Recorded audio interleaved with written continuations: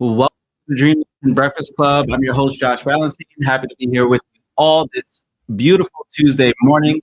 Welcome to those of you who are tuning in for the very first time. Welcome to our community where we gather together every single Tuesday at 7 a.m. Eastern Standard Time. Let us know where in the world you are tuning in from. If you guys don't mind, drop a like, comment, share, all of that good stuff. We're about to get this show on the road. Let me see if I can adjust my setup here. Welcome everyone. All right, just give me one moment as we get ready to set up. Welcome. Happy to be here with you all as always. Just give me about 1 minute. We're about to get this thing started.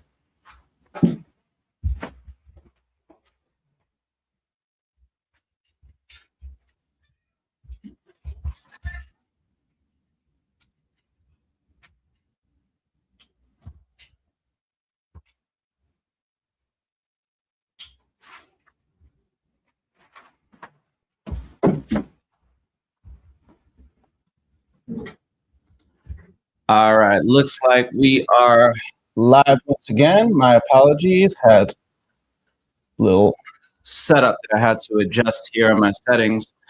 All right, looks like we're almost there. All right, welcome everyone. Happy to be here with you all as always as we get ready to kick off today.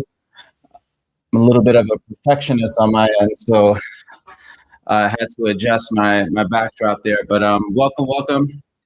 Happy to be here with you all. Let's get this thing going. If you guys don't mind, drop a like, comment, share. Someone who can get value from today's session. Let us know what cities you are tuning in from.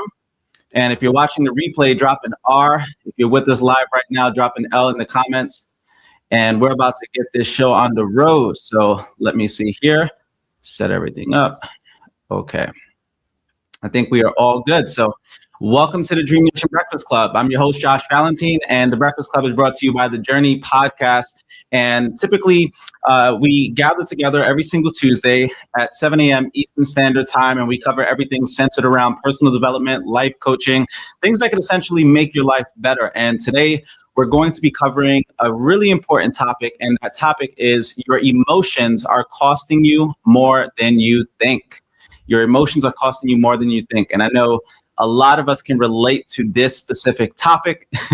I most certainly have had moments throughout my life where my emotions, have costed me. And I think that for those of you who can relate to this, which is probably almost everyone, you're definitely going to get a lot of value. And today we're really going to be talking about just how to navigate through emotions, because emotions, I remember hearing a mentor of mine say that the quality of your life is dependent on the quality of emotions you consistently feel. So everything we do is a means to an end emotion we want to experience. And that could be with relationships, that can be with business, that can be with purpose, and so many other things in between. So here's some really, really great points. Your life isn't controlled by your circumstances, it's controlled by your emotional reactions to your circumstances.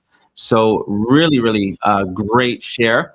Once again, your life isn't controlled by your circumstances. It's controlled by your emotional reactions to your circumstances. So one thing that I've learned about emotions in general, and over the years, I've worked with thousands and thousands of people. I always like to say I'm in the people business. So I've led thousands of people all around the world, and I've dealt with many. And, the interesting thing about working with so many people like that is, people be peopling, as they oftentimes say. Like, it's interesting, when people just kind of get caught up in their emotions, and you have to sort of navigate not only through your emotions, but also working within a team. You have to sort of manage, or not manage their emotions, but do your best to kind of guide people through their emotions. So one thing that I've experienced on many occasions are just emotional outbursts, and whether it was myself or other people. And the thing about emotional outbursts is that there's a cost to them, right?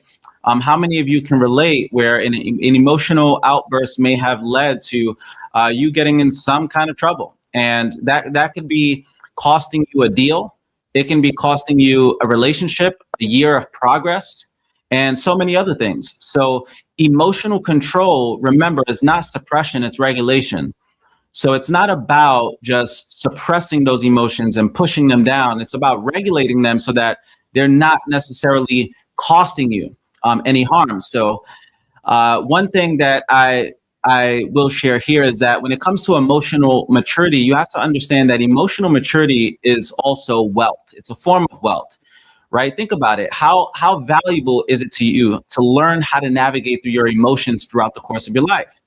Is absolutely essential. And one of the best things that you could even teach, for example, children is teaching them how to navigate through their emotions, how to channel those emotions. Because in a world of IQ, where everybody promotes sort of like IQ and how intelligent you are, EQ is even more important, and EQ is your emotional intelligence. And we're going to jump a little bit into that here shortly. So first and foremost, we have why emotions actually work, or how emotions actually work. So I'm going to go over basically like the science of emotions. The first thing is you have different regions of your brain that are responsible for different things. One of those being the amygdala. So the amygdala is sort of like your emotional alarm system. Okay, so whenever you get triggered, that trigger is triggering the amygdala part of your brain, and that's when you kind of go into that sympathetic nervous state where it's fight or flight, right? Now you also have the prefrontal cortex, which is the very foremost part of your brain, probably I believe, if I'm not mistaken, the most recent part of your brain to evolve. And the prefrontal cortex is responsible for logical. It's sort of like your logical decision center. So all rationality and logical thinking is from the prefrontal cortex. So the thing about when being triggered, you have to understand that when you're triggered, typically blood flow shifts away from logic towards survival mode. Okay, so it's called amygdala hijack. So whenever you're in a space, and I always share the idea that when emotion is high, logic is low. And whenever you're in a space where you're sort of being, triggered, or you're in a fight or flight situation, you have to be very mindful that that trigger is causing you to kind of like go into survival, right? And if you're not aware of this, you'll do things impulsively, and that's what usually leads to really poor decisions. So one thing you have to understand is that your brain doesn't know the difference between, let's say, a tiger and a disrespectful email. So back thousands of years ago, when you were out in the savannah, or you were out in the jungle, our ancestors, they had a lot of things to kind of look out for. And that could have been a wild tiger, for example, and it was very, very valuable for your brain to go into fight or flight, right? You don't have time to rationally think things through when you got to get the hell up out of there. So in modern day times, though, you have to understand that you can just have someone trigger you emotionally, and your brain is not necessarily like quantifying or measuring, okay, which one is more severe. No, whenever you're triggered, or that amygdala is hijacked, you're immediately going into fight or flight. It's not a matter of, hey, is this a life or death situation? Your brain is automatically going to take it as that. So you have to give yourself time to really process what it is that you're feeling in that moment, right? And your brain, again, whether it's a disrespectful email or something in the wild that you actually have to run from, it's not going to know the difference. It's basically going to react the same way. So this is important to really, really grasp when it comes to just emotional control. Now, why do most people lose control, right? Why do most people lose control? If you can get any idea as to why people would lose emotional control, drop some comments on why you think most people would lose emotional control. And that could be having an argument, right? Maybe they were triggered by something, and they kind of went off. We all know people who are also emotional volatile. Or it may be, some their kids, right? Some, like, people snap the moment something is going on with their children, or going on with their spouse or significant other or whatever. So, but why do most people lose control? What's the underlying reasons? So here are a few. The very first one is lack of self-awareness. lack of self-awareness, right? Not really just even having any awareness around their emotions. You'd be surprised at how many people don't even think about their emotions, right? You just kind of live and you're like a ping pong ball in a vast ocean. You don't really have any personal power. So you're just always reacting instead of responding, right? So that's one of the main things, just lack of awareness around it. The second is sleep deprivation. So you may be a little hangry, right? Where you're hungry and tired. But you have to understand that when you're deprived and you're fatigued and you're deprived of sleep, it's going to have an effect on your emotions. Sometimes you're just moody, not because your coworkers or anything like that. It's simply because you just are sleep deprived. So ask yourself, if you find yourself being emotionally volatile, is it sleep deprivation that you're really going through? Right? Is that really the culprit? How many hours of sleep did you get? Did you get at least 7 to 8 hours? If you didn't, that's probably why you're in a crappy mood. So it is essential to always go to your physical health first and ask yourself, okay, what's off? Am I tired? Am I hungry? Right? My blood sugar low? And it can be so many different things. The third is poor diet.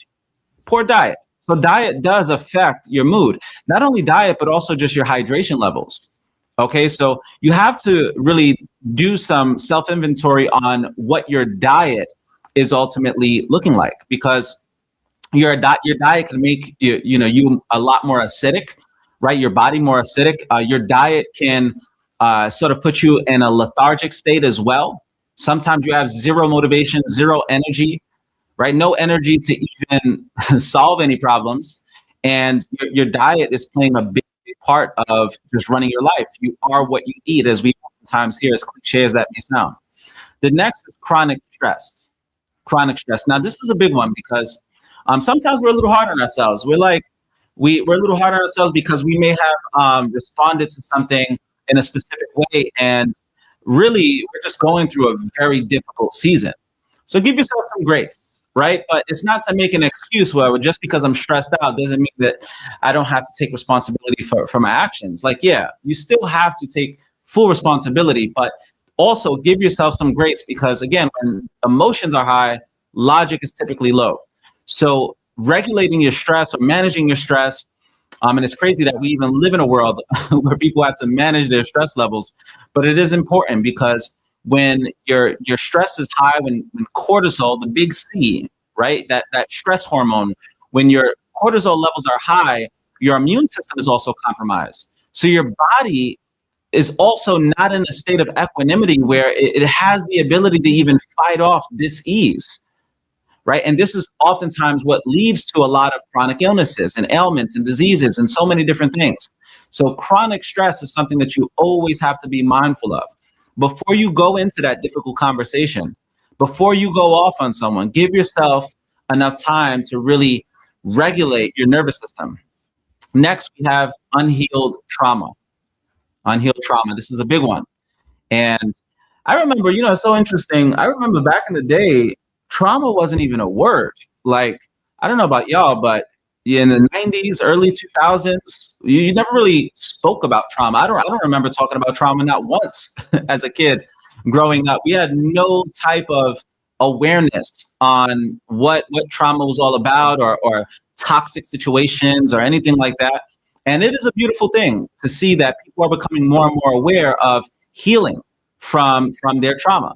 And one of the things about trauma you have to understand is that trauma isn't necessarily something that you can measure or quantify. Like, you can't do some type of experiment on trauma per se in terms of like something that you can measure biochemically, right? Trauma is, it's kind of like energy, right? It's something that you just observe in people and their behavior, and you see kind of patterns, right? So there's still a lot of studies being done on how trauma really works in the body and the brain. But one thing that we know for certain is that unhealed trauma will most certainly guide a lot of your life. So you have to go back and heal those inner wounds. And you guys oftentimes hear me say that trauma is not necessarily what happened to you. Trauma is what happened in you as a result of what happened to you. And when it comes to trauma overall, trauma gets stored in the body. It's not something that just kind of comes and goes. It's like energy blockages in your body. And this is why a lot of unhealed trauma oftentimes leads to different ailments and diseases and everything like that. So unhealed trauma is a big part of what causes you to get triggered. Because when you're triggered, understand that's like the word trauma. The original Greek meaning is wound or wounding. So when you're triggered, what's happening is something is sort of like brushing up on that mental or emotional wound, and you get triggered. And it may be somebody saying a specific word, or maybe you have someone that looks like your ex, and when you see them, they just kind of rub you off the wrong way because you went through a very toxic relationship.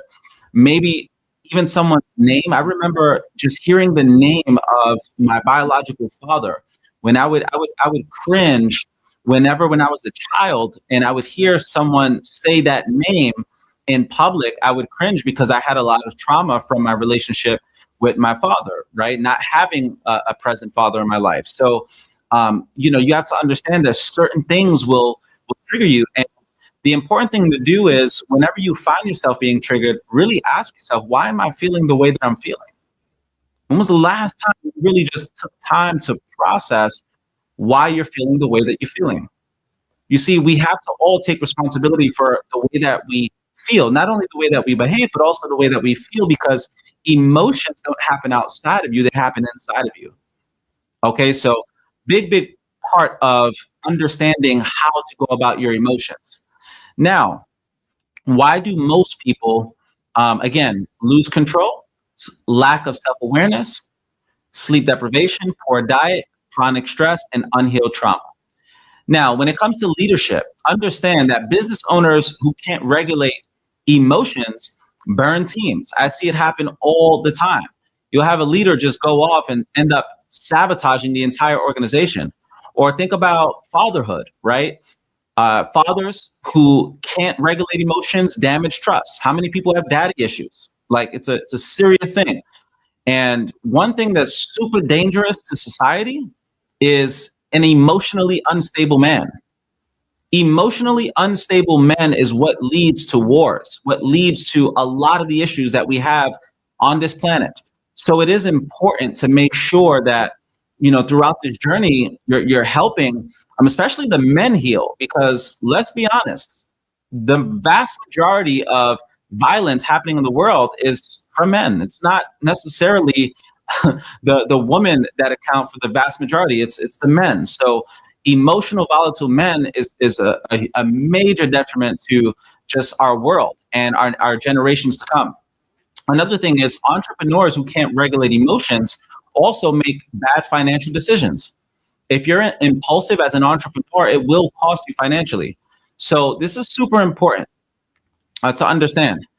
So next, we have a really good life hack, and that's the 90-second rule. The 90-second rule. So neuroscientist Jill Bolte Taylor explains that a chemical emotional reaction lasts about 90 seconds in the body, unless you keep feeding it with thoughts. So think about that. An emotional reaction lasts about 90 seconds. So what if you just took 90 seconds to really process what it is that you're feeling? One thing that I learned years ago when it comes to neuroscience is that we have this part of our brain that's the lizard part of the brain. The lizard part of the brain is that ancient part of the brain that operated from a place of survival. It was fight or flight or freeze, right? That's essentially what it was responsible for. But as generations continued and human beings evolved even more, we had the prefrontal cortex kind of kick in, and human beings started becoming more and more rational, right? But you still have that ancient lizard part of your brain that's going to respond and react. And it is a very valuable thing, right? That's where instincts kick in, where you don't really have to think about something. It's just all about reacting. However, in today's day and age, you sort of have to be able to make decisions when emotions aren't necessarily so high, and then really process things and think things through. We're a lot more complex as Homo sapiens, right? As human beings. we're a lot more complex than our ancestors thousands and thousands of years ago, or at least most of us, or I would hope that's the case, right? I shouldn't say that we're all that complex, because honestly, common sense isn't so common from time to time. So next we have a practical application. So for example, before responding to a message, taking time to just breathe and catch yourself, give it at least 90 seconds, right? Because typically within 90 seconds, you have that sympathetic nervous system kicking in where it's fight or flight. But after 90 seconds, you start that process of going into sort of like your parasympathetic nervous system, where you can sort of get back to a even keel and get back to a place of equanimity where you can properly manage your emotions. Now think about this: before disciplining a child, how many parents will go off on a child? I know my first child, I was a lot more snappy. And my second and third child, I just took a completely different parenting approach. And one thing that I can tell you, you oftentimes hear these sayings, oh, spare the rod, spare the child. And this is not to downplay that. But one thing that I will tell you is that you can very well discipline your kids in such a way where you don't have to spank them. And I know from personal experience, my kids are pretty decent. They're good kids. And we haven't had to spank them. Just literally just talking to them and making sure that I'm not operating from a place of just being reactive and just snapping on them the moment I get triggered by something, right? Taking some time to really process your emotions. I think one of the best things that you could teach children in this generation is how to properly manage their emotions, how to properly navigate and regulate their emotions. Okay, so before disciplining a child, imagine if you could just take some time to catch yourself. And I know sometimes it's easier said than done, right? Especially those of you who probably single moms, single dads, and you're up against a lot. You're probably in survival mode. And it's so easy to kind of revert back to this, going off on a child. But think about how valuable it is for your child to see you be patient, to see you properly regulate your emotions, and to act from a place of deep compassion, right? And understanding and being very logical. One of the best things that you can do. Another thing is before making a financial decision. How many of us, I don't know about y'all, but when I want it, I want it. How many of you have that mentality? Like when you really want something, you're not trying to wait on it. You're not trying to just sit there and calculate everything. Drop a 1 in the comments if that is the case for you. I know whenever I want something, like I'm one of those people that I know that there's 1-day delivery with Amazon, but I'm not trying to wait 24 hours to get what I want. Like I will find that very thing at the bottom of a river. Like I'm usually like that when it comes to books. If I hear about a book that I absolutely want to read, there was like a really great recommendation from like about this book, I'm gonna go to whatever bookstore and find that book, right? So that's one of the things when it comes to making a financial decision, you have to be very mindful of that there are certain financial decisions that if you make it impulsively, it's gonna definitely be your downfall in a sense. So you have to be able to think things through. How many of you have been in a mattress store, right? Man, mattress salesmen are ruthless. Like they're going to do everything in their power to make you buy right then and there. And then if you're lucky enough to leave the mattress store, they're going to be hitting you up all day long. You may hit them with, oh, well, I'm going to, just shop around and see my options. They are going to make sure that they keep following up and they push to get that sale, right? And the thing about it is a lot of people will make the decision of buying a $5,000 mattress. Meanwhile, their original intention was to maybe spend $400 on an Amazon mattress. But then they go into the mattress store and now they get sold on a $5,000 mattress for a payment plan, right? On a mattress that's way out of their budget because they were thinking impulsively. You see people get caught up in timeshare, so many different things, right? It's just being quick to make these financial decisions. So give yourself some time. Give yourself some time, especially things that are on the pricier side. Next, name it to tame it. Name it to tame it. So studies show that labeling your emotion reduces amygdala activities. Remember, your amygdala is the part of your brain that's like an emotional alarm system. So instead of saying, I'm mad, for example, remember, there's power in the tongue, there's power in language. Instead of saying, I'm mad, explain why you're mad. So perhaps you can say, I'm feeling frustrated because my expectations weren't met. Think about how much that weighs emotionally. Just saying, I'm mad or I am pissed off, to now saying, I'm feeling a bit frustrated because my expectations weren't met.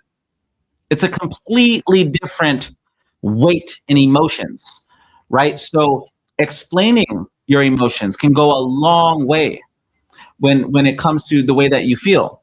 Remember, language creates distance. So it kind of separates you from the emotion when you label it. This builds emotional intelligence right away. Okay, the moment you can label something. So don't just generalize what it is that you're feeling, just explain or label it. And that way there's more of a separation and you're not all caught up in the emotion. Here's another life hack. Change your physiology. Change your physiology. There's three things that ultimately dictate your emotional state. Those three things, and take notes if you guys have something to take notes with, but those three things that dictate your emotional state is known as the triad, are your body, focus, and language. So your body is your physiology, what you're doing physically in that moment. Secondly, is your focus. Whatever you focus on expands in your life. And typically, if you're thinking, let's just say, negative thoughts, you're probably going to feel negative. If you're thinking happy thoughts, it's probably going to be impossible to feel depressed while you're thinking happy thoughts. You know why? Because two thoughts cannot occupy the mind simultaneously. Two emotions can't necessarily occupy the body simultaneously. Try feeling depressed and happy all at the same time. Probably not going to happen, right? So you have to be always mindful at where you channel your focus. And whenever you're feeling down and out, whenever you're feeling a little bit sad or depressed or angry, ask yourself, what are you currently thinking about? Where's your focus? And then the last thing is, like we mentioned just now, is the language, your self-talk, the meaning you give to something. That's ultimately going to dictate the way that you feel. So you can look at, for example, life is happening to you, or you can look at life is happening for you. It's not to say one is right and one is wrong. The bigger question is, which one is more useful? Okay, so if you guys are getting value so far, drop a V in the comments for value. And by the way, I've been running these 5-day challenges. So every week I start a new cycle of 5-day challenges, and it's pretty much me working with people in our community one-on-one. If you want information on how that challenge works, how you can work with me on whatever project you're currently working on. It could be writing a book. It could be launching a podcast, launching your speaking career, getting momentum in that business, whatever it is. It's working with me one-on-one for 5 days. And I've been running this challenge or these challenges since December. And I've had a lot of people go through it. It's been exciting working with so many of you guys. And if you want information on how you can be a part of the challenge, you may not be able to get in this week or next week, but I do have a standby list for those who want to get in on it at some point in time. Just DM me the word challenge and I'll be more than happy to send you some information on how that works. So moving forward, right, when it comes to changing your physiology, remember, emotions live in the body. So you can have quick resets, for example.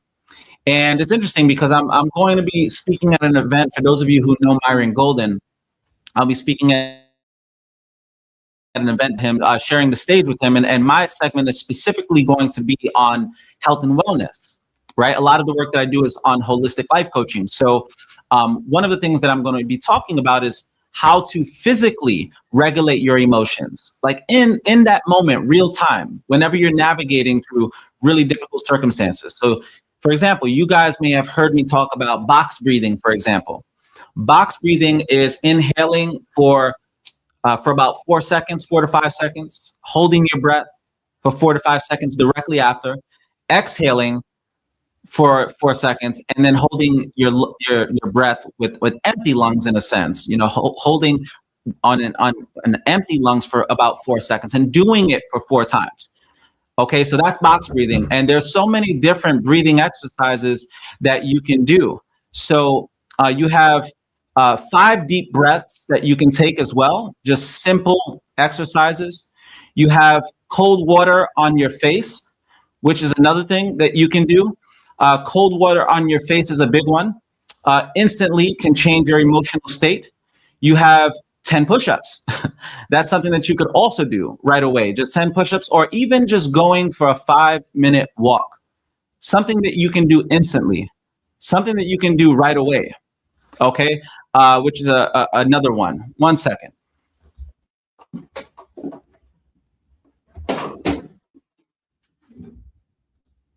All right, we are back.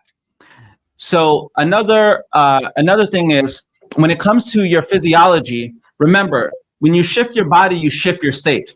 So the fastest way to kind of change your emotional state is 100% going to be shifting your body right away. You have to get your body moving. A body in motion stays in motion.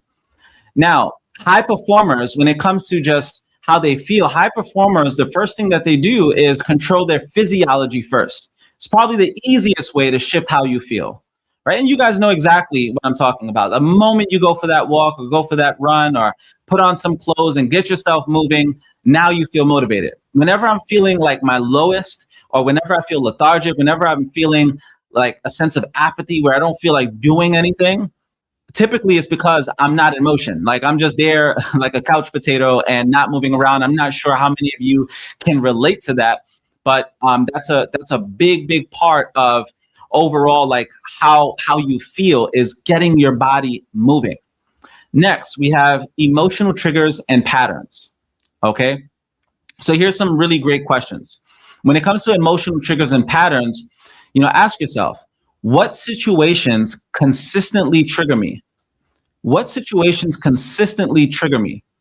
And it could be maybe a certain person. Any of you ever work with somebody that they just trigger the hell out of you? Like it's just something about that person or the way they go about their communication style where it's like super triggering, right? But what situations? And it helps to have an understanding of these situations because like when you know about them in advance, you could properly navigate through your emotions whenever they do arise. Okay. And also ask yourself, is it disrespect? Is the disrespect triggering you? Is it rejection? Is it feeling ignored?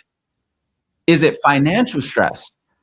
And I can tell you, for me, it's been a combination of these things. Like I'll have something, and you usually know what when you're being triggered is like immediately you go into a lower vibrational state. Immediately you go into a space of frustration or anger or resentment or bitterness, right? That's how you know when you're being triggered by something. It's like it doesn't happen gradually. It happens right there in that moment. I know for me, disrespect is like, that's a big one. You're not about to talk to me any kind of way.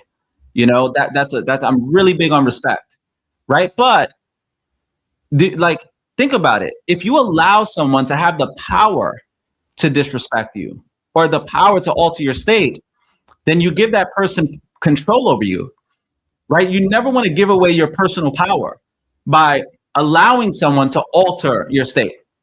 So that's why doing the healing is so essential, because you regain your personal power.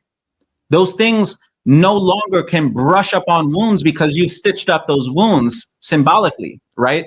Or metaphorically. So is it disrespect? Is it rejection? Is it feeling ignored? Any of you get triggered, like you've been in a relationship and the person you're with is ignoring you and it triggers the hell out of you? How many of you can relate to that? Drop a Y in the comments if that's you. If you can relate to being triggered just by being ignored, they're not even saying anything, but you feel a sense of rejection. Maybe you've gone through abandonment, you've gone through neglect as a child, and you never heal from those wounds, and that's why it triggers you, right? So I know for me, it's big on like disrespect is a big one. The rejection, of course, right? And the more I peeled the layers of that onion and got to the core of it, I realized that, it was going through abandonment as a kid, never really healing from that, going through neglect as a kid, right? Think about it. If you're a kid and you're being ignored as a kid, Think about like physiologically, biologically, for thousands of years, like it probably wasn't going to be in your best interest to be ignored all the time by the tribe, right? Like it was your very survival that was on the line. So whenever we're not given any kind of attention, right, biologically speaking, right, that's why we feel the way that we feel, because it's a part of your very survival mechanism, right? Think about it. If you're not respected in the tribe, if you're not accepted or respected, or you're not given any kind of attention, you're probably not going to have a great chance of survival. So we still, biologically speaking, have a lot of that right in us. So another thing is financial stress. Financial stress is probably one of the most difficult to navigate through, right? Because your body is signaling that you're in danger. So that's why regulating your nervous system is one of the best things that you can do. Taking time to remind yourself that I'm okay, I'm safe, I'm probably not going to be living out on the streets next week, right? I'm probably not going to starve, right? But our body is signaling something completely different, because remember, your brain is not necessarily labeling it as, oh, this is financial stress and this is life or death, right? It's signaling all of those situations as danger to you. And it's creating these triggers to help you survive. But 99% of the time, it ain't that deep, right? But to us, we sort of catastrophize it, right? Or we traumatize it and we make it something bigger than it has to be. So whenever you're in that moment where you're being disrespected and you're triggered and you have not passed that 90-second window, you have to be careful with going off on someone, because people don't forget words so easily. And those few words, remember, it takes a lifetime to build a reputation and a moment to destroy one. So those moments where your emotional volatile, you have to be careful with going off. Practice this. Take time to allow yourself to go from a sympathetic nervous state to a parasympathetic nervous state. And one of the best things you can do is go for a walk real quick, right? Breathe. Do some tapping exercises. You guys hear me talk about the tapping method, where you're tapping on those meridians on the body to regulate your nervous system. All of these things really help. Okay, so like the seminar that I'm going to, or the conference I'm going to be speaking at the end of the month, I'm going to specifically talk about different things when it comes to biohacking and regulating your nervous system during those moments where you have to make important business decisions. Think about how much more effective you would be, not only as a professional, but also as a parent, also as a spouse, also as a friend, as a brother, sister, uncle, aunt. Think about how much more effective you would be as a human being, just knowing how to properly navigate through your emotions, knowing how to communicate from a logical standpoint. You want to do what you know, not what you feel all the time, right? Do what you know. Because sometimes when we operate based off of the way that we feel, if you're in a very negative state, it's not always going to be the best response. Okay, so moving forward, you have to understand that there are emotional pattern loops. And the way that emotional pattern loops work are, first you have the trigger. You'll have something trigger you. It could be someone saying something crazy to you, or you see something that just pisses you off or whatever. That's the first thing, the trigger. Then it's the reaction. It's how you respond in that moment. Okay, then you have the regret, because oftentimes, remember, when emotions are high, logic is low. And then if you just react and you act impulsively, typically you're not going to make the very best decision in that moment. And now you're left with regret, which leads to shame. And then you're on this repeating cycle, right? And it happens over and over and over again, because you have not figured out how to properly regulate your emotions in that moment, how to just take time to breathe, to catch yourself before going off. Now, emotional maturity is what breaks this loop. Getting emotionally mature. Think about that. How many of you can relate to just a moment in your life? I was thinking about that the other day. I was like, man, back in the day, I was way more toxic. Like I had a lot of healing to do on my journey, and I could think of like just past relationships where I was just super impatient. I was super snappy. I would just go off on every little thing. There was always a fight, always drama, always toxic, and I mean it's unfortunate. But if you don't have awareness of this, I had no awareness of, again, trauma. Like it was never brought up. I didn't learn about trauma until probably my late 20s, and understanding how to properly heal from that. Like we always had like personal development, right? We always had like self-help, but there wasn't a strong emphasis on healing through trauma specifically.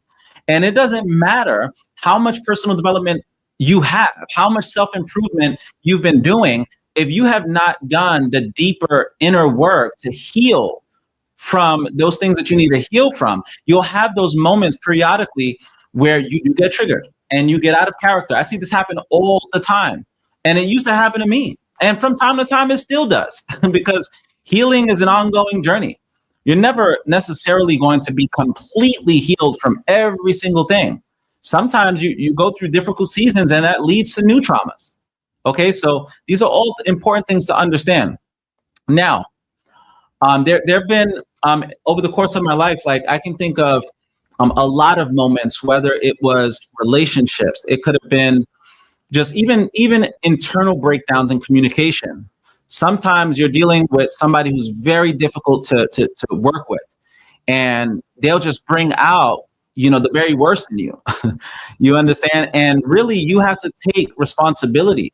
Like no one has the ability to just alter your emotions unless you let them.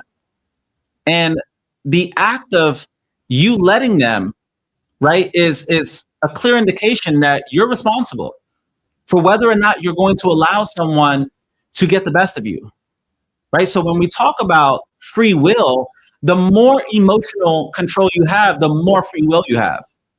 A lot of people relinquish their free will because everything that they're feeling, they sort of go into a victimization, a victim mindset, and that victim mindset will have you feeling like life is always happening to you. People are doing things to you. But the moment you realize that you truly have the power to regulate your emotions and dictate the way that you feel in any moment in time, things start to change. So here's a really cool fun fact. The word emotions, or the word emotion, comes from the Latin emovere, meaning to move, or emovere, meaning to move. Emotions are literally means like energy in motion. That's the idea, right? So they're meant to move through you, not stay stuck in your body. So when you experience trauma, what happens is during childhood, we don't really know how to properly regulate our emotions. And if you don't know how to properly regulate your emotions, where do you think they go? They don't just necessarily flow through you, right? They get stored. They get stored as energy blocks in your body, which, again, if you don't do the proper healing, in Eastern traditions, this is referred to as samskaras. Samskaras are like energy blocks in your body, and you have to allow energy to just flow, with those feelings to be processed. Because if you just bury them, you suppress them, they're not just going to leave. They get buried, they get stored in the body. This is what leads to dis-ease, right? Disease is being stored in the body in a sense because, again, your cortisol levels are high, your immune system is low, it's compromised, right? And you're not properly regulating those emotions. So that's how trauma essentially happens throughout childhood or throughout your life, okay? Because you have not learned how to properly regulate emotions. Remember, when you're a young baby, right? Babies are super dependent on parents helping them regulate their emotions, right? Holding them while they're crying, and making sure that they're properly nurtured. But imagine if you're neglected of that, and you were just crying and crying as a child, and no one there to help you really process what you're feeling. Where the hell do you think all of those emotions are going? Right? They're being stored up. So ultimately what leads to issues later down the road, and you're like, man, why am I feeling the way that I'm feeling? And it's because you never properly process those emotions. So one of the best things that you can do whenever you're feeling a sense of anger or frustration or bitterness or whatever, allow yourself to feel it. Don't just try to put that Band-Aid on that gaping wound expecting for it to properly heal. No, you have to do the hard work of stitching up that mental and emotional wound. And it's very painful in the moment, right? But you liberate yourself and you allow those emotions to wash through you. That's the way it's supposed to work, right? The emotions are there for your survival mechanism. It's that fight or flight kicking in to keep you alive. But the moment you regulate your nervous system, it should flow right through you. And it's like, okay, I'm safe. I'm not in danger. There's no need to bottle this in. You don't have to drink your sorrows away or just do things that ultimately leave you feeling even worse because it was a Band-Aid on a gaping wound. Okay, so next, and by the way, if you guys are getting value, drop a V for value in the comments. I'm gonna make sure you guys are still with me here. I know there's a lot of great information shared here, and I'm super passionate about talking about emotions because I genuinely believe that the quality of your life is dependent on the quality of emotions you consistently feel. Right? I always say we want the leaf of life, leaf being an acronym for love, right? Empowerment, right? Feeling empowered, feeling a sense of awe and fulfillment, right? Imagine that if rather than feeling anxiety, overwhelm, shame, bitterness, resentment, imagine if your day-to-day experience is one of which you feel constantly loved or a sense of appreciation, right? Sometimes I say like, the A in leaf can be appreciated, right? We all want to feel loved. We all want to feel appreciated. We want to feel empowered or excited, and we want to feel fulfilled. That's what it's about. And if you learn how to navigate through your emotions, then this can be your experience.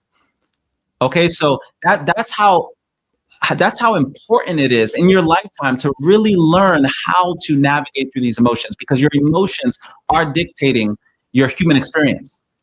Now, next we have people, here's a really great fun fact, people with higher emotional intelligence statistically earn more over their lifetime than those with high IQ but low EQ. All right, there's a lot of people with high IQ but low EQ. How many of us know people like that, right? They have more degrees than a damn thermometer, but like their emotional intelligence is, it is on the low side. Like we all know people like that, right? Super, super smart, but they don't have any empathy. And I saw a really profound reel the other day on social media where a gentleman was talking about the future of intelligence, what it means to be intelligence. It's not only how much information you know. Think about it. In a world of AI, there's no shortage of knowledge. It's not going to be how much you know or how critically you even think, but it's more so going to be how well you can empathize. How well are your instincts? How great are your instincts when it comes to being able to make decisions on the fly? Because you have so much empathy and you understand human beings on a deeper level, right? That's the difference between IQ and EQ. A lot of people can be great at critical thinking and solving problems, but can you empathize? Can you regulate your own emotions so that you can navigate through different business challenges? I always hear that ignorance on fire is better than intellect on ice. There are a lot of people that are probably not the sharpest. They probably were the C students in school who sat in the back of the class, but they know how to navigate through really tumultuous seas. That's the idea. So EQ predicts leadership success more than technical skill in many, many industries. So it's just as important. And there's a really good book on emotional intelligence that I would recommend. I would recommend learning anything you can on emotional intelligence. It's super helpful. So here's another fun fact. Stress literally shrinks parts of your brain over time. But emotional regulation practices like meditation can increase gray matter in areas linked to decision making. So learning how to properly regulate your emotions. I know for me, meditation is a big one. Meditation, breathing exercises, tapping exercises, walking, going outside, getting some sun, because sun produces serotonin in your body. Serotonin is a mood stabilizer. You have to understand that a very biochemical and from a neurochemical standpoint, there are four main hormones that are chemicals in your body that determine your happiness levels. It's dopamine, oxytocin, serotonin, and endorphins. Nothing more, nothing less. You have other things like epinephrine, which are responsible for like adrenaline rushes and things like that. But those are the four big ones. Dopamine being responsible for your motivation levels, right? The word dope comes from dopamine. So a lot of the times people get stimulated with their dopamine levels when they experience certain stimulants. And then you have oxytocin, which is the love hormone. Whenever you feel in love, right, or a sense of community, it's oxytocin.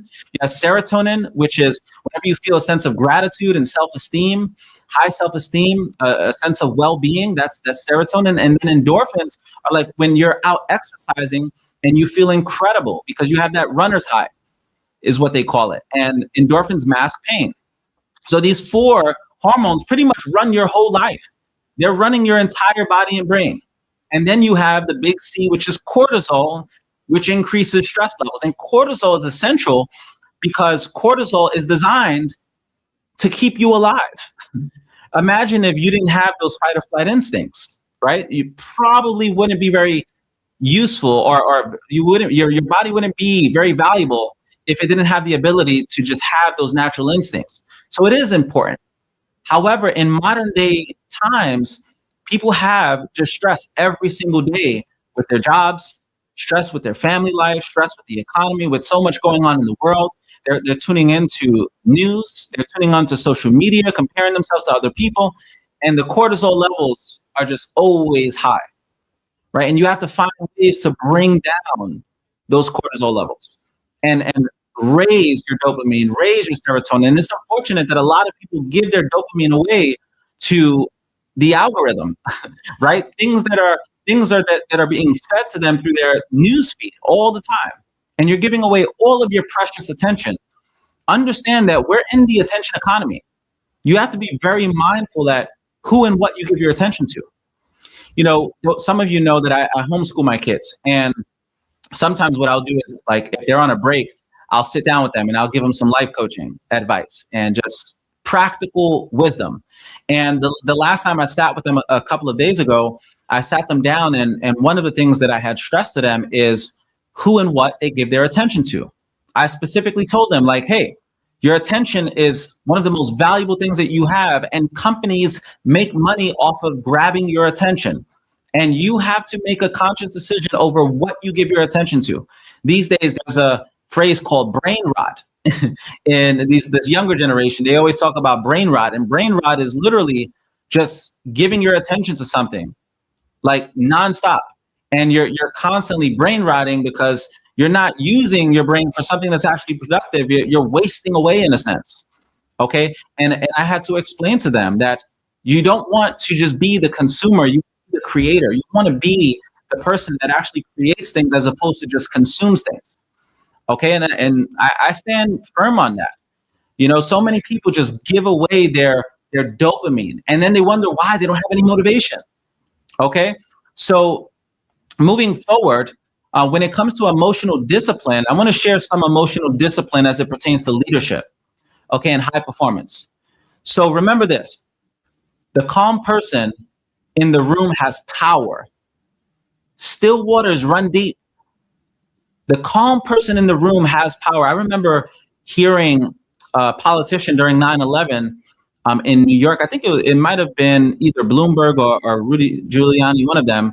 But they mentioned that they had learned from their father, like when everyone was panicking, they were super calm, and they had learned from their partner, from their father, that when everybody's in a frenzy, when everybody is in a panic, you always want to be the calm person in the room.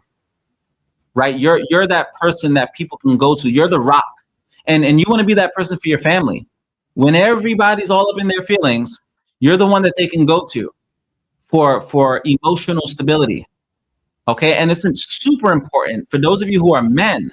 It's super important to play that role, right? In the family. Remember, like, most women are nurturers. Most women are the ones that women have a much more expansive emotional range. Men, we have to be super, super logical. And I mean, this is biological. For thousands and thousands of years, men have been the hunter gatherers, right? And for thousands and thousands of years, women didn't have to work as much as they do in today's day and age. Like, over the last 100 years, women probably have been working harder, right? Just living in survival. Right? And could you imagine having such an expansive emotional range and having to navigate through financial difficulties or uncertainty and all this stress, right? So that's why it is important to understand how to regulate your emotions. But imagine a man who's also emotional. Like, that's the worst thing that a family could have, is an emotional man, right? Like, a man should be the very backbone of the family, the very rock, right? A safe space, right? And this is the issue, that a lot of family structures just break down because they don't have that strong masculine figure to be the rock. And this is not to say that women can't play that role either, right? There are a lot of phenomenal women out there that play that role.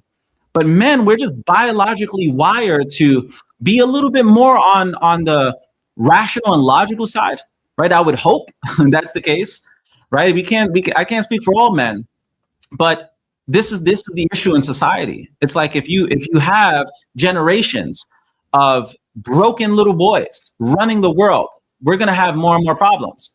So this is why, from the time that a child is young, it is important to help them learn how to navigate through these emotions and regulate their emotions properly. Okay. Now, another thing is, emotional steadiness creates safety. Right? It creates safety in an organization. Imagine working for a boss that's just like, and some of you probably have worked for a boss that's super emotional, right? And is not a good situation for the company.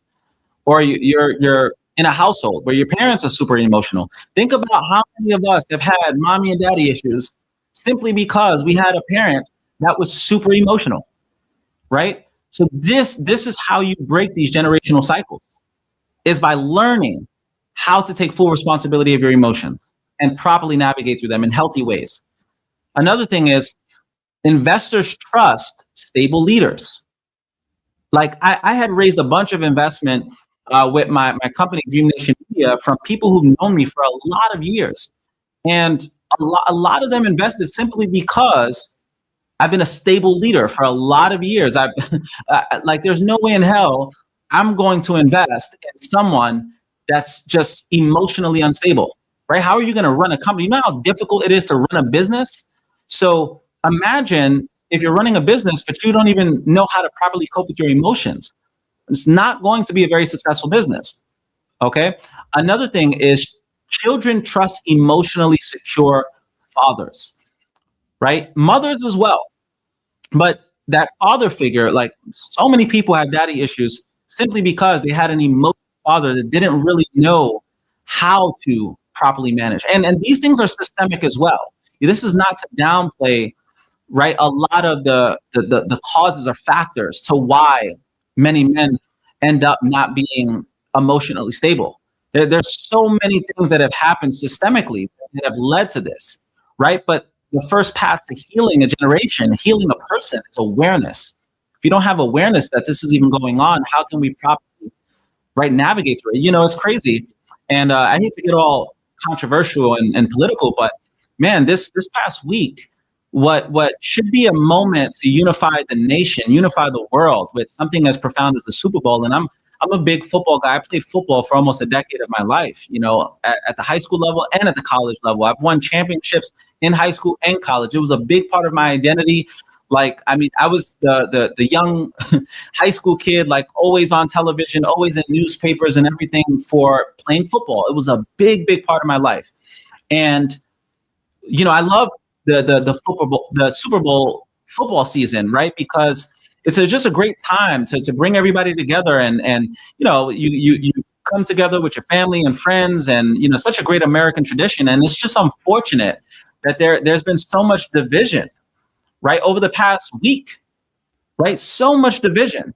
And a lot of it is from emotionally unstable people. Like, let's just call it for what it is. People seeing someone post something on social media, getting super triggered, right? And not necessarily, navigating through their emotions. Now I get it. There's moments where you have to stand up for injustice, 100%. And this isn't to downplay that, but man, think about how much better we would have been able to navigate through this past week and reduce the amount of division happening in the world if people just truly understood how to go about navigating their emotions. Like, the world would be a far better place. So that's why I'm so passionate about even teaching specifically on this, because I believe that knowledge is one of the best things that you can do to prevent division in the world, right? Like, why do we have to be so damn divided? And if we don't learn this lesson, there will be like very negative consequences to that. Media promotes division. Why is that? Because it's good for the algorithm. It wants to see confrontation. It's crazy. I had a recent post that had crazy amounts of views, like hundreds of thousands of views, literally within a few hours. And I had a post go viral. And the reason it went viral, unfortunately, it wasn't because it was so educational or inspirational. It was because a lot of people didn't agree with what I said. They took things out of context, understanding that you can't really open up a whole lot of dialogue in a 30-second clip, right? And people are just going back and forth, back and forth. And unfortunately, that's how the algorithm works.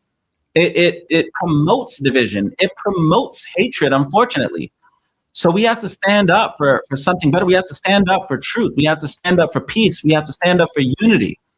That's important. But it starts with standing up for how to navigate through your emotions, right? Taking full responsibility for how you operate, like, in this. And it's just so interesting, man. It's so interesting. I had a gentleman. I had watched the Super Bowl with a gentleman that, and this is probably as political as I'm going to get. And for me, I don't identify with any side. I'm just calling it for what it is. I'm more of a moderate, right? I'm not like left. I'm not right. Like, I'm specifically, I look at the policies that are being put in place. I'm looking at the person being elected in office and their character and all of those different things. I'm pro unity. That's just the way that I operate. I've lived in blue states. I've lived in red states. And for me, it's just more important to stand up for peace, for unity, for love, for respect, for dignity, for family values. That's what I stand for, right? I can care what political side of the spectrum. Many of you on the Breakfast Club, you come from both sides of the political spectrum, right? So this is about standing up for unity and standing up for love when it's all said and done. And it's interesting because my family is Puerto Rican, like father, mother, everyone, like 100%. My grandparents were a part of the great diaspora that left Puerto Rico because of mass poverty, right? Because of systemic things that were going on. Let's just call it for what it is. And they migrated to New York City. And I'm very passionate about my family's heritage and for living out the American dream, because that's what they originally came to the United States for. Right now, unfortunately, in their generation and the generation after, they didn't necessarily get to, because there was still a lot of poverty in New York City. I grew up in the murder capital of New York at the time, late 80s. It's probably the worst time in history in New York City. And why do I bring this up? Because it was super important, right? It was a moment in history that us Puerto Ricans, Latinos had shared collectively, right? And there's so much going on in the world. And I was in a household of Puerto Ricans, but we had a gentleman who came to watch the Super Bowl. And the moment he came, he's more on the right side of the political spectrum, right? And a little bit more country, a little bit more conservative. And the moment he comes in the house, he didn't really have the awareness, but he was just like, I'm not here for the Bad Bunny halftime show, right? He's like, I'm not here for that. The moment he comes in, meanwhile, you're in a household of a bunch of Puerto Ricans who are excited for it. And that's what you come for, right? And, it's a Caucasian brother. And, we were very welcome, still brought him in. And we just started to have conversation. And his big thing was like, well, I heard that he's going to wear a dress, right? I got my poor country accent, and he had a country accent, and he said he heard that Bad Bunny was going to wear a dress, and he was like anti all of that, and I get it, and that was fair, and we heard him out, we were very open, we weren't necessarily judgmental or again emotional volatile where we were snapping on him, and we just welcomed him in and allowed him to express his views, and he had a few comments on what was going on in the world with ICE and everything like that, and it's interesting because we still played the halftime. We didn't switch over, right, to the other halftime show. And he was open-minded enough to actually sit in. And he actually put a bet with my really good friend, $20 bet that Bad Bunny was going to come out in a dress, right? And he lost the bet, of course. And oddly enough, ironically enough, he ended up really enjoying the show. And he not only enjoyed the show, he felt the love that we still welcomed him. We didn't judge him. Like, we had great conversation. We spoke about different, challenges, just life in general, parenting and all of that. His kids was there, and it was beautiful that someone that probably would have been so anti what we stood for, came in, and we were able to essentially change his worldview of everything with love, with unity, with respect, with compassion. And I think that that's what we need more in the world. I felt like God had brought him there for a reason, in a sense, right? Because he was so anti, he pulled up in his American pickup truck and all that. And I understood what he stood for. And I love brothers like that too. I feel like we need both sides of the political spectrum. Like, we need balance in the world. And there are moments when conservative values have to stand up and defend themselves. And there's times where, left-wing values also, right? We need both. And you can't have a thriving society with just one political ideology. So I've always learned to just be respectful of both. And I've heard out opinions and just different understandings. And I think that if we can just be more accepting of one another, right? And this is not to necessarily say like, hey, we should be okay with hate. We should be okay with certain things that are detrimental to human civilization, right? However, there's a way that we can live in unity with one another, and we can't let algorithms just cause division in the world. So that's my political rant for the day. And I mean, if you guys agree with that or disagree with that, drop a comment. I'd love to hear your perspective as well.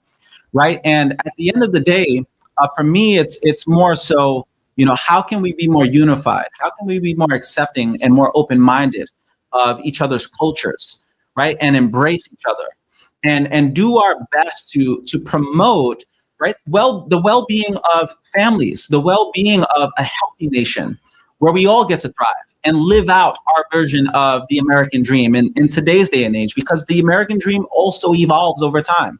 And I know many of you are probably on the other side of the pond, and you're probably like, I don't get all this going on, or maybe you do, right? But it's important, especially on platforms like this, for me to promote unity when it's all said and done, right? Because the premise of my show here with the Breakfast Club and the Journey podcast and all of that, the Breakfast Club is our community where we gather together, right, with our Dream Nation community. But the whole purpose of this show is really for people to liberate themselves, right? To empower themselves and educate themselves so that we can live in a better world.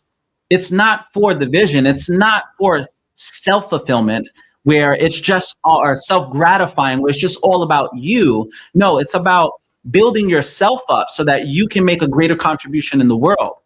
It's growing so you can give.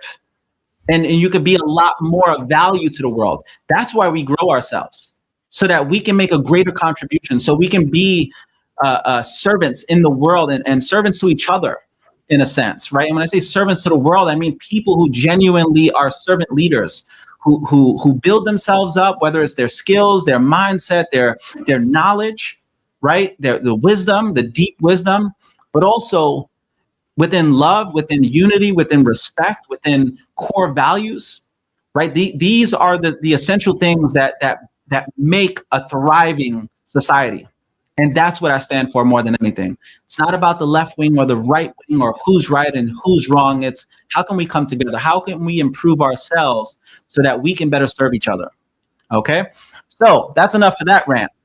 Now, as we close out, right, I want to give you guys some practical frameworks. Now, here's a great 4-step model before we wind down for today. It's called the REST method, and REST being an acronym. Okay, so the R is for recognize, right? Notice the trigger. That's the first thing, right? The R in REST is recognize. The E is evaluate. Is this worthy or is this worth my energy? Is it worthy of my energy? Okay, that's a big one, evaluating it. The third is the S, which stands for slow down. Pause, breathe, take some time to slow down. Give it at least 90 seconds before you respond. And then the T is for transform. Choose a response aligned with who you want to be. So again, the REST method. Recognize, evaluate, slow down, transform. Really great framework. And as we close out, remember this, your emotions are indicators, not dictators. Emotional discipline compounds like money. So the more you focus on it, the more you work on it, the better you get over time. And the person who controls their internal world controls their external results. And ladies and gentlemen, if you got value from this, if this helped you in any kind of way, drop a like, comment, share, tag someone who can get value from it. Subscribe to the YouTube channel. Thank you so much for those of you who constantly share it and advocate for my work. And I appreciate you guys. Breakfast is officially served. Let's create more unity in the world, less division, let's promote love, and just abolish hate as much as possible. Let's really come together and build ourselves up so that we can just love God and love each other as the great 2 commandments states. So take care, God bless, and I'll be seeing you soon.